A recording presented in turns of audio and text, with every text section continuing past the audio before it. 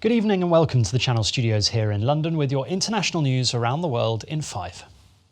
China's president has defended the country's response to the coronavirus pandemic and backed an inquiry once the spread of the disease is under control.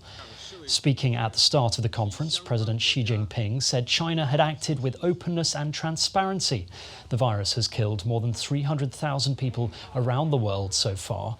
The European Union and Australia are pushing a resolution calling for a review into the origins and spread of the virus. The event is likely to host a strong war of words between China and the United States about how the health emergency has unfolded.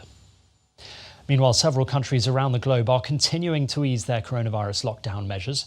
Italy, the country where the contagion in Europe began, started this week to further ease some of the COVID-19 restrictions. People paused to drink coffee seated while hairdressers and restaurants finally opened their doors again. The only visible change is everyone wearing masks and social distancing measures being enforced. Similar scenes in Spain, where restaurants and cafes were allowed to reopen in the region of Valencia, while in Greece, many archaeological sites, including the Acropolis, opened their doors to the public after 2 months of lockdown. And in Portugal, classes resumed in schools. Across the world, in Thailand, shopping malls and restaurants have reopened in Bangkok after a month of being locked down, while in Indonesia, local authorities were forced to close some popular markets for violating social distancing regulations. South Africa's president has been criticised for posing for photos with strangers, despite telling people to keep their distance to reduce the spread of COVID-19. A video uploaded to social media shows Cyril Ramaphosa joking about breaking social distancing rules after 2 women asked him for a photo. He is heard saying, "Come before we get arrested."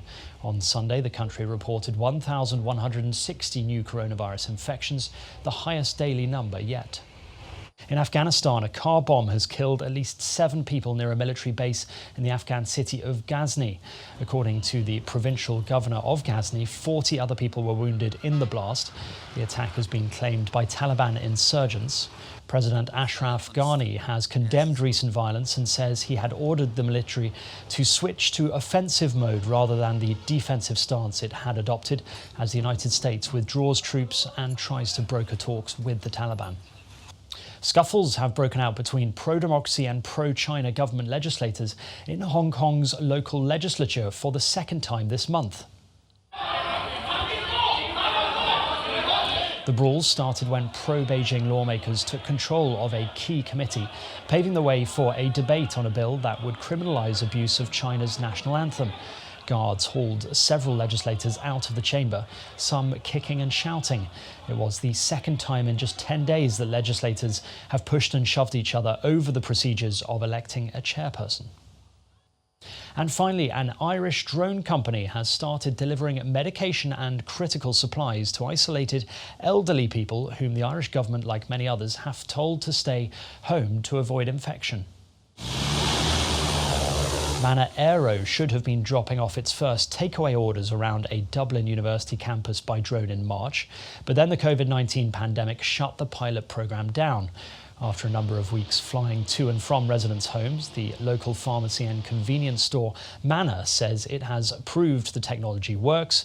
Bobby Healy, Manor's founder, said the aim is to ultimately replace road-based deliveries. And that's your international news around the world in 5. Now back to the Channel Studios in Lagos.